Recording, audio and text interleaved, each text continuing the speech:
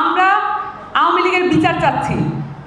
আওয়ামী লীগ কত মাত্রায় এখানে অন্যায় করেছে সেটার মাত্রা যদি আমরা ব্যাখ্যা করতে চাই তাহলে এ রাতেও শেষ হবে না। এবং আওয়ামী লীগের দলগত বিচার চাচ্ছি আমরা। তার যে নেতৃত্বের জায়গায় যারা জুলাই অভ্যুত্থানে গণহত্যায় অংশগ্রহণ করেছে, নানান মাত্রায় এখানে যুক্ত থেকেছে, সেখানেও যদি নারীরা যুক্ত থেকে থাকে তাদেরও বিচার করা প্রয়োজন। এক্সকিউজ করার কোনো সুযোগ নেই। এখানে শেখ হাসিনা নারী নেতৃত্বের নামে নারীদেরকে পিছিয়ে রাখার অনেক কলাকৌশল অবলম্বন করেছে। যেখানে সংরক্ষিত আসনের নামে নারীদেরকে এম্পাওয়ারমেন্টের কথা বলা হয়েছে, কিন্তু আমরা দেখেছি নারী নেতৃত্ব তৈরির ক্ষেত্রে এটা বড় বাধা ছিল। কারণ এখানে দলীয় প্রয়োজনে শুধুমাত্র কতগুলো নারীর ফেস ব্যবহার করা হয়েছে। আমাদের বাংলাদেশের নারীরা এভাবে আর ব্যবহৃত হতে পারে না।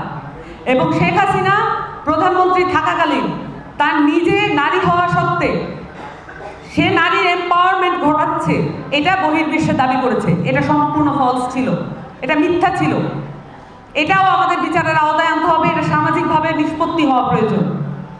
এবং এই জন্যই আমরা আওয়ামী লীগের নানান মাত্রার যে অন্যায় আছে, অবিচার আছে, জুলুম আছে, 15 বছরে অসংখ্য নারীর ঘর তারা ধ্বংস করেছে, অসংখ্য নারীর স্বপ্ন তারা ভুন্ডুল করেছে। এই কারণে আমরা আওয়ামী লীগের বিচার চাচ্ছি। এই কারণে আমরা শেখ হাসিনার বিচার চাচ্ছি। তাকে দেশে প্রত্যাবর্তন করা হোক এবং শেখ হাসিনার বিচার করা হবে। এবং এর মধ্যে দিয়ে বাংলাদেশের নারীরা তার যে রাজনৈতিক স্ফুরণ সেটা সমাপ্তি ঘটাতে পারবে, সেটার অন্য মাত্রায় আমরা প্রবেশ করতে পারব। আমরা সে কারণে বিচারের কথা বলছি, আমরা সে কারণে সংস্কারের কথা বলছি। আমরা দেখতে পাচ্ছি এখনো উপদেষ্টা পরিষদে উল্লেখযোগ্য সংখ্যক নারী আমরা দেখতে পাচ্ছি না। যদি এমন হয় যে বিভিন্ন সেক্টরে নারীরা এখনো পিছিয়ে আছেন, তাহলে কি করলে নারীরা এখানে এগিয়ে আসতে পারবেন সেই পদ্ধতি আমাদেরকে বের করতে হবে। আমরা সংস্কারের কথা বলছি এবং বিচার সংস্কার পার হওয়ার পরে আমরা গণপরিষদ নির্বাচনের কথা বলছি।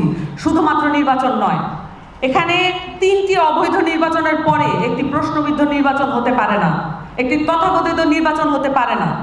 অবশ্যই হতে হবে গণপরিষদ নির্বাচন।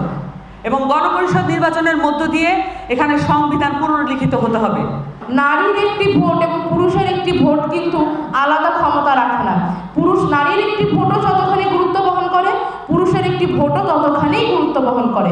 তো আপনাদের ভাবার কোনো প্রয়োজন নেই যে আপনাদের মতামত কোনো অংশে কোনো দিক থেকে দুর্বল। এই আন্দোলনে প্রত্যেকটা ক্ষেত্রে পুরুষের সাথে সাথে নারীরা সমান্তলে এবং কোনো কোনো জায়গাতে অনেক বেশি ভূমিকা পালন করেছে। আমরা জেনে বুঝে সামনে দাঁড়িয়ে যেতাম যেন মাঠ যদি আসে আমাদের দেখে একটু কম আসুক, আমাদের ভাইয়েরা একটু কম আহত হোক। এটা কিন্তু কম সাহসের পরিচয় না। তো আপনাদের ভাবার কোনো প্রয়োজন নেই যে আপনাদের বক্তব্য দেশে কেউ শুনতে চায় না, বরং আপনাদের বক্তব্য অনেক বেশি শুনতে চায়। আমাদের নতুন রাজনৈতিক দল আসছে, আপনারা অনেকেই শুনেছেন। সেইখানে কিন্তু আমরা যখন জনমত সমীক্ষা করেছি, আমরা কিন্তু নারীদের মতামত বেশি পেয়েছি। তার মানে কিন্তু দেশে জনগণের যে দুটো ভাগ, নারী এবং পুরুষ, নারীরা কিন্তু সচেতনভাবে ভাবছে। আপনারা আপনাদের চর্চাটা জারি রাখুন, আর বিচারটা চাইতে থাকুন, সংস্কার চাইতে থাকুন, আপনাদের দাবি দাওয়া আপনারা বলতে থাকুন।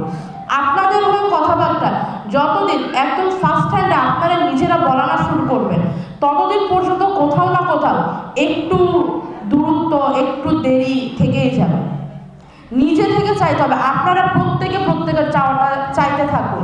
একজন নারী যখন বলে আমি শেখ হাসিনার বিচার চাই, এটা অনেক বেশি শক্তিশালী একটি বক্তব্য। একজন নারী যখন বলে আমি আমার দেশের অর্থনৈতিক উন্নতি চাই, এটা অনেক শক্তিশালী একটা বক্তব্য।